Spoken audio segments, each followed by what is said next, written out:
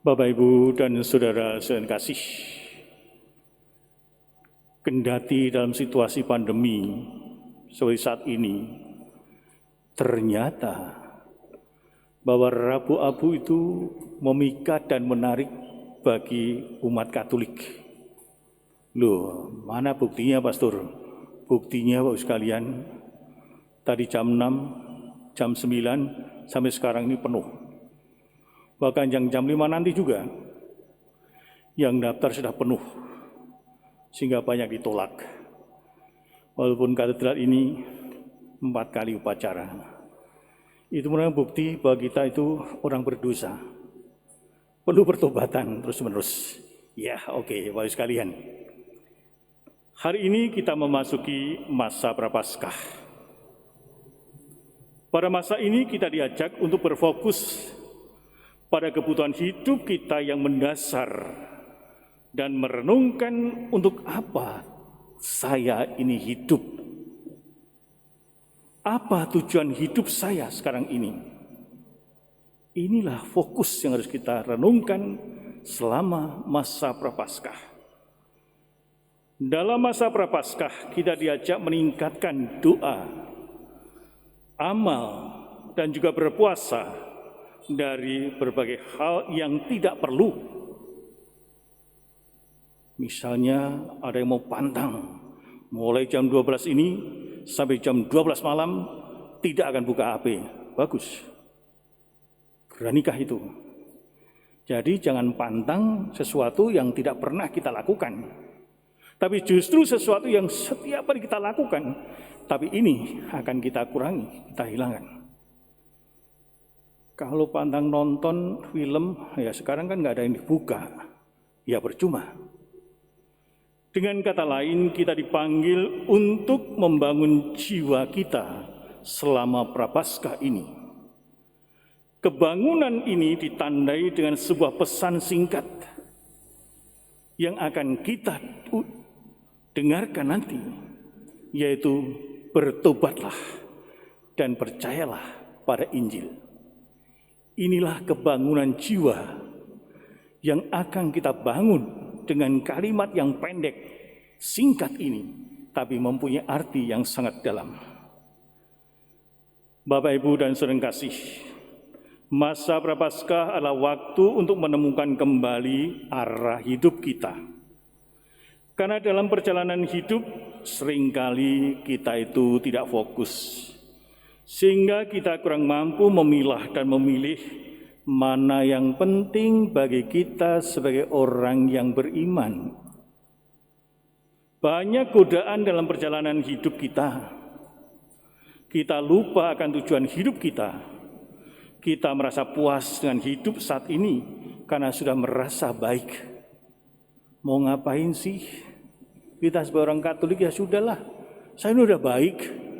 Rajin berdoa, novena, pergi ke gereja, kurang apa lagi? Sehingga ada orang yang puas secara spiritual karena sudah merasa baik. Seperti yang dialami oleh orang Farisi ahli Taurat. Mereka puas dengan hanya hafal hukum-hukum di dalam Taurat itu sendiri. Sebagai orang beriman, Tuhan adalah tujuan dari perjalanan hidup kita di dunia ini.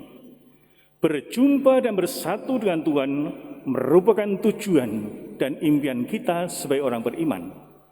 Kalau kita tidak pernah bermimpi atau mempunyai suatu impian dalam hidup kita, ingin berjumpa dengan Allah dan bersatu dengan Allah, ngapain kita memeluk agama seperti ini? Ada satu impian, baik secara pribadi maupun secara bersama-sama, bahwa kita tuh ingin berjumpa dengan Allah, bahkan ingin merasakan hidup berjalan bersama-sama dengan Allah itu sendiri. Tanda abu yang kita terima pada Rabu Abu ini adalah tanda yang membantu kita untuk menemukan arah. Abu ini mengingatkan kita bahwa dari banyak hal yang memenuhi pikiran kita masing-masing setiap hari, apa yang kita kejar, Apa yang kita khawatirkan setiap hari tidak ada lagi yang tersisa. Semuanya akan menjadi debu.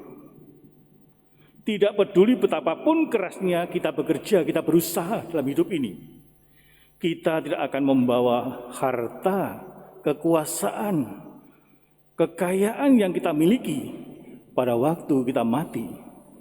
Artinya adalah semuanya seperti debu saja.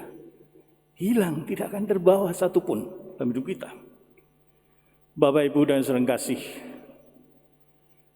realitas duniawi memudar seperti debu yang dibawa angin. Harta bersifat sementara, kekuasaan pun juga akan berlalu. Kesuksesan akan terbang bersama angin yang terus-menerus ada di sekitar kita. Segala yang kita miliki di dunia ini akan hilang lenyap dalam waktu sekejap. Orang bisa kaya raya, tapi ketika dia sakit, akhirnya dipanggil Tuhan, semuanya hilang. Hilang sama sekali.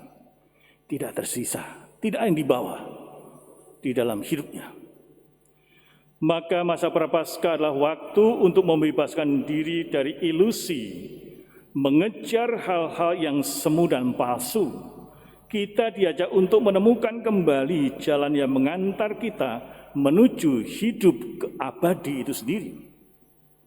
Sadar atau sadar, seringkali kita mengejar suatu ilusi, suatu yang semu dalam hidup kita.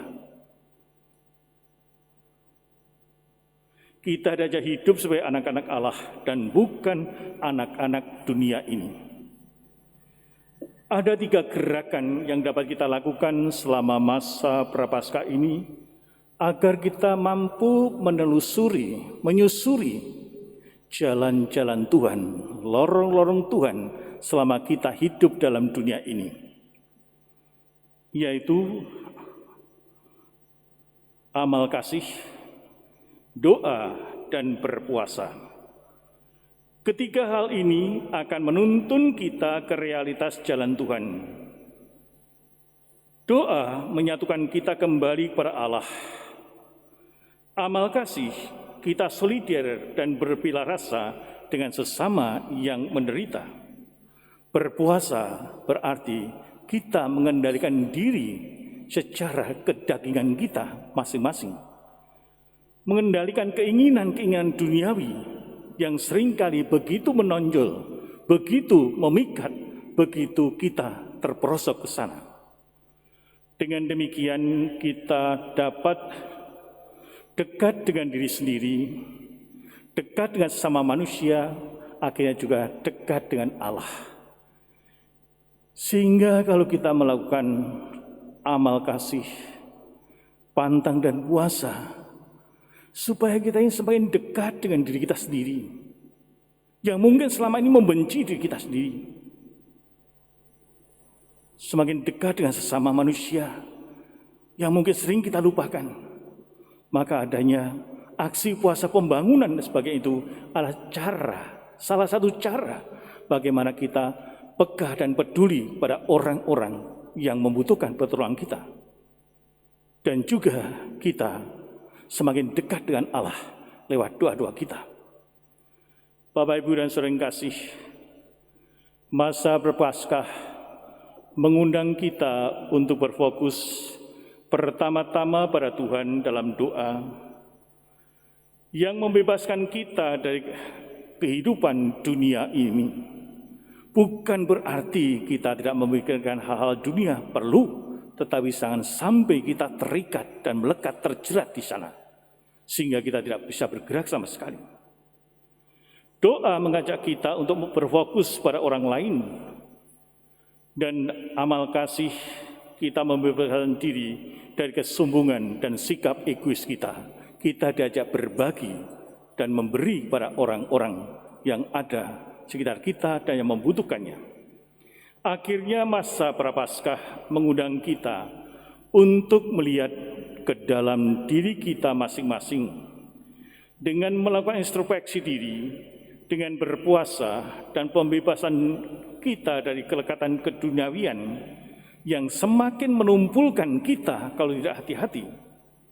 Kita diajak mempertajam hidup rohani kita, kepekaan kita, kepedulian kita dengan sesama. Doa, amal kasih, dan puasa adalah sebuah investasi untuk harta yang bertahan lama.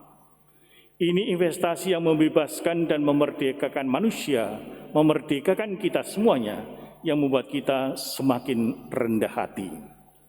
Sehingga kalau kita menjalani doa, amal kasih, pantang, dan puasa, tapi semakin membuat kita sombong, itu pasti jelas salah langkah, salah arah. Kita dapat semakin rendah hati, semakin sungguh-sungguh menyadari kita ini hanya ciptaan dan bukan Sang Pencipta. Bapak, Ibu, dan saudara kasih, masa Prapaskah adalah masa penuh rahmat yang membebaskan hati dari kesombongan. Masa ini adalah masa penyembuhan dari kecanduan yang menggoda kita. Ini adalah waktu yang menetapkan pandangan kita pada apa yang bertahan lama. Tidak lagi hanya berkutat pada hal-hal yang sementara, kita menerawang jauh, ada sesuatu yang kita cari, yang kita rindukan sesudah hidup dalam dunia ini. Selama masa Prapaskah kita juga akan melakukan ibadat jalan salib. Kita diajak merenungkan dan mengarahkan pandangan kita pada Yesus yang tersalib. Maka nanti setiap Jumat di sini ada ibadat jalan salib. Supaya kita betul-betul diingatkan kembali. Kita mengarahkan seluruh pikiran hati kita kepada salib, pada Yesus yang tersalib. Yesus yang tersalib merupakan kompas kehidupan kita yang menuntun kita ke surga. Sadar atau sadar, itulah sebenarnya. Dari salib, Yesus mengajarkan kita keberanian besar ikut serta dalam penyangkalan diri.